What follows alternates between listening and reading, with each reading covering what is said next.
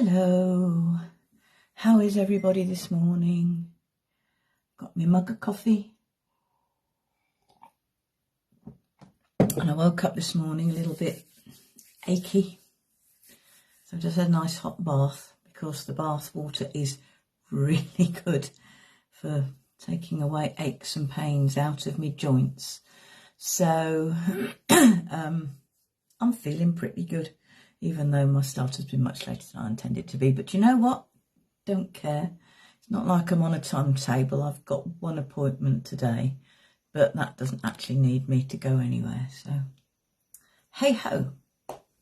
Right. How are things? I hope they're okay. Now, I'm doing this in response to a request from someone who saw the video I did yesterday, who said she has a problem with overthinking. And this is something that I know a lot of people have a problem with. Now, I can see I've got people in chat. Please bear with me if I don't actually respond to chat unless there's a specific question about what I'm talking about. But hi, Craig, hi, Hayley. So, overthinking is something that can really be an absolute pain. And it's something a lot of parents, especially, I speak as a parent, will relate to.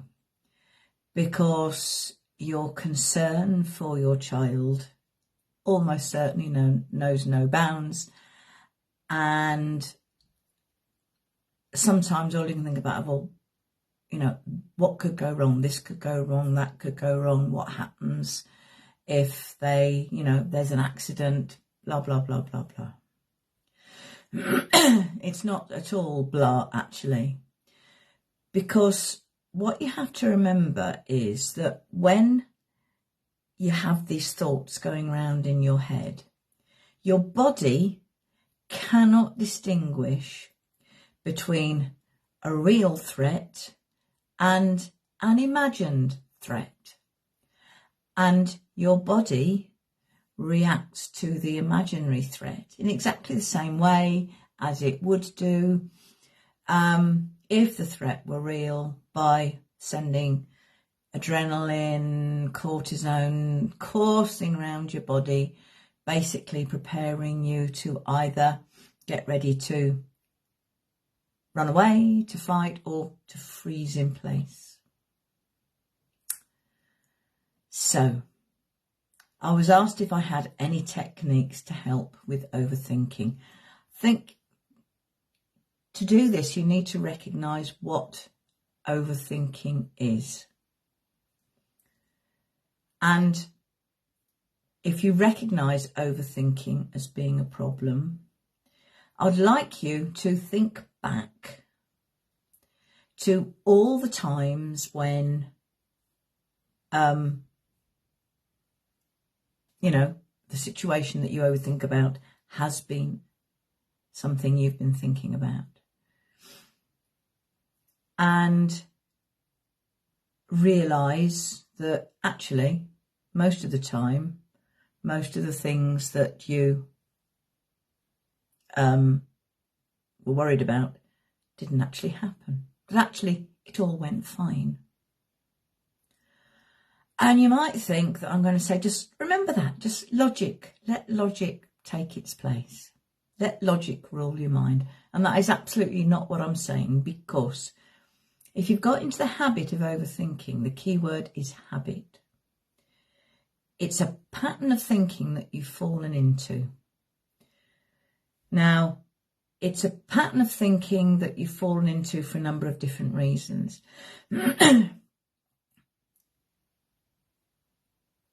If you're logical and honest, you actually know most of the things that you're thinking about don't actually stand much of a chance of happening.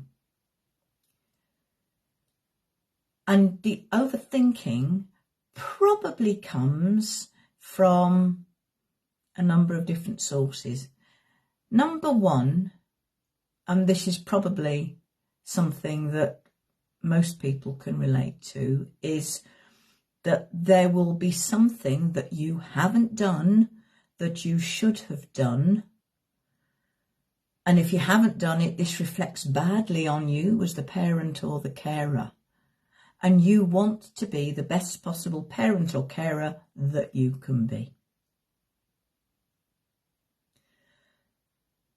The other source of this is, and this is especially true if the person that you're worried about is not going to be under your care, your personal care, for whatever reason, is that you have got no control over what happens when you're not there. Now, it's possible that at some time in the past, when you weren't in control, that something bad did happen, and that you've got into the pattern of overthinking because you didn't want to repeat that. What you need to remember is that this thought pattern bears no relation whatsoever to reality. As I say, logic says you can probably look back and see all the times when, you know, your child, the person you care for has been out of your control, and it's all gone absolutely fine.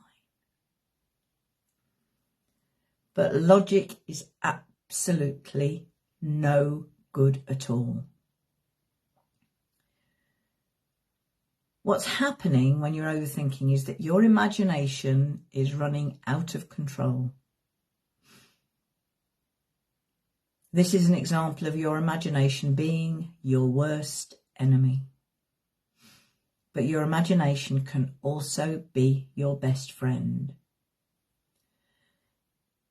The first thing that you need to do is actually to recognise that you've fallen into this pattern of overthinking. Now, since the person who asked me to do this does recognise it, well done. That's step one. But if anything I've said has resonated with you and you're thinking, oh, do you know what? Maybe I do tend to think things. For you, the first step is next time you recognise this pattern of thoughts, just think, oh, well, hang on a minute, I am overthinking. Any thought pattern can be changed when you know what the source of the habit is. Because make no mistake, that habit is there because on one level, your mind feels that you need it. Doesn't matter why, it's there to protect you.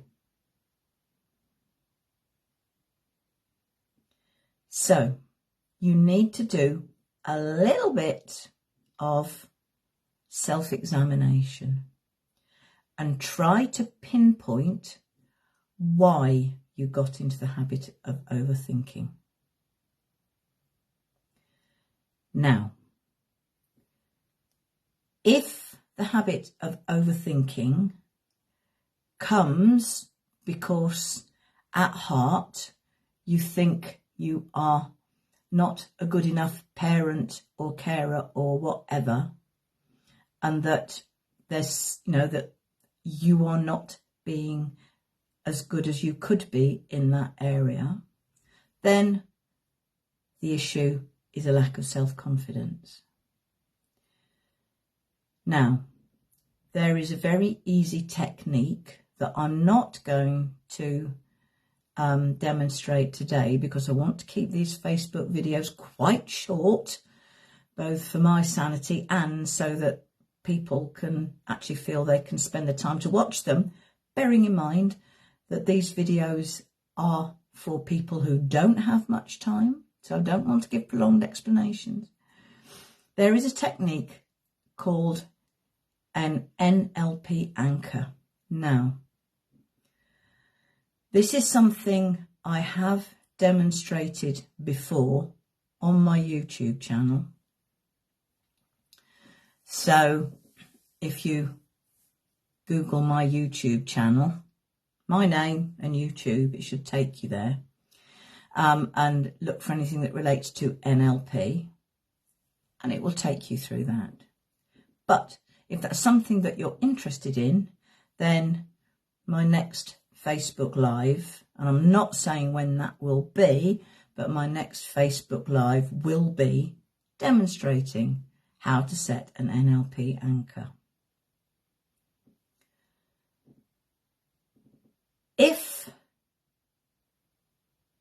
your habit of overthinking is based on, past experience, or to be honest, even if it's not, then the next time you find yourself going down this rabbit hole of imagining all the things that could go wrong, I'm not going to ask you to employ logic and think of all the things you've done to make sure things don't go wrong. I'm going to ask you to use your imagination. And I want you to imagine everything going perfectly. The travel, the time away, the activities. I want you to really imagine everything going perfectly. You don't have to spend a long time on it, just 2 or 3 minutes.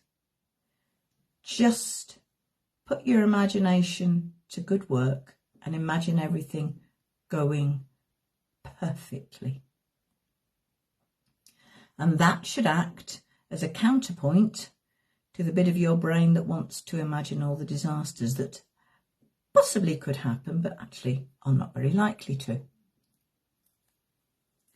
So,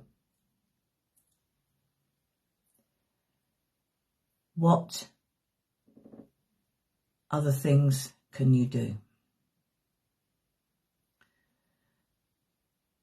Once you've realised that you've got into this habit of overthinking, you need to practice whatever technique you choose, whether it's the NLP anchor to, help boost your confidence so that you realise that, you've done as much as you could, or whether it's using your imagination to, in a positive way rather than a negative way. You need to practice it every day. Now you might be thinking, well, hang on a minute, the situation doesn't occur every day. No, but every day happens. And so what you could do is when you first wake up in the morning, just take a few minutes to imagine the day going as you want it to go. Imagine the day going with no major issues. Does this mean there won't be any major issues? Sadly, no, we live in the real world, not the imaginary one. But when you imagine everything going well, you put yourself in a good, calm frame of mind, which means if something does happen, you're in a much better position to cope with it. If you start the day worrying about everything that could go wrong, you're already stressed. And then when something does go wrong, you just start from a high stress base and you don't think well. Think about the brain thing that I demonstrated in the last video, that when you're stressed, your lizard instinctive brain takes over. And when you're less stressed, your thinking mind is actually in charge, and you can bring a more logical thought pattern to dealing with any problems rather than the instinctive one. If you get into the habit of doing that, then when the particular situation that you're concerned about, maybe someone going, out of things that are out of your control, it's actually easier because you've already got into this positive mindset that, okay, let's expect, let's work on the premise that things are going to go well. Then when they don't, you're actually in a much better position to cope. Now, this doesn't relieve you of the necessity to take logical steps. When someone's going away, they need to take all the medication with them. You need to make sure that they know, or someone knows, how they're going to take their medication. You need to be sure that, when they're out of your control, that they're with someone that you trust, who's appropriately qualified, blah, blah, blah, blah, blah. Take all the reasonable steps. But if you've taken all the reasonable steps, then there's not an awful lot that you can do, to prevent accidents happening. Life is full of accidents. The one thing you can guarantee is that during any particular day, something's probably going to go wrong. It could be a small thing. It could be a big thing. But how you cope with the something going wrong will determine how things go after that. The unexpected does happen.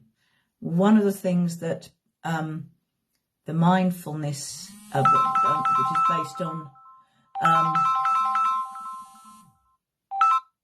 on, sorry, that was my phone just ringing. I forgot to put it on do not disturb. Sorry. One of the things that mindfulness and Buddhism are based on is the idea that we can get very attached to the idea of how we want things to go. If you can detach from the idea that everything needs to be perfect, when things aren't perfect, it isn't a big deal. Right. I'm now going to end this Facebook, this live stream, by first of all saying thank you. Thank you to everyone who's responded so positively to what I've been doing. For some reason, both technically and psychologically, I find these so much easier to do than my Twitch streams. Thank you for your feedback. Thank you for the support. I know someone's already followed me over onto Instagram, and I'm not quite sure yet how I'm going to divide my time between Instagram and Facebook. I think it's going to be a case of seeing what happens and seeing, where I get, the biggest amount of interactions. If you find what I do really, really, really, really helpful, then I have a Patreon page where you can pay a small amount each month just to support me, or I have a Ko-fi account where you can just make a small one-off donation. I don't actually expect that to happen, but if you found something really helpful, then, it would be nice if you felt able to do that, but I do not expect anyone to do that. This is not a serious money-making business for me. It's something I do because it's who I am. I want to help people. I've always wanted to help people. So thank you for watching. Thank you for being interested enough to watch and to listen, and maybe to want to, ask further questions, which you can do either on here or, as I say, I've got a Discord. I will post the links to everything, every other way that you can contact me on my Facebook page. Feel free, if you've got something you would like me to cover in one of these live streams, feel free to contact me and say, oh, could you cover? I've so far responded to 2 requests, which I hope have helped the people who made the request. It's obviously got to be within the limits of what my training enables me to do. And before anyone asks, yes, some Tai Chi may very well be on the agenda at some point. Seated Tai Chi. Anyway, I'm going to go, and I will say once more thank you. And I want to remind you that you matter, that I believe everybody matters. I know you matter. I want you to know that you matter. And so I will end, as I always do, with my one word that sums all that up. Namaste.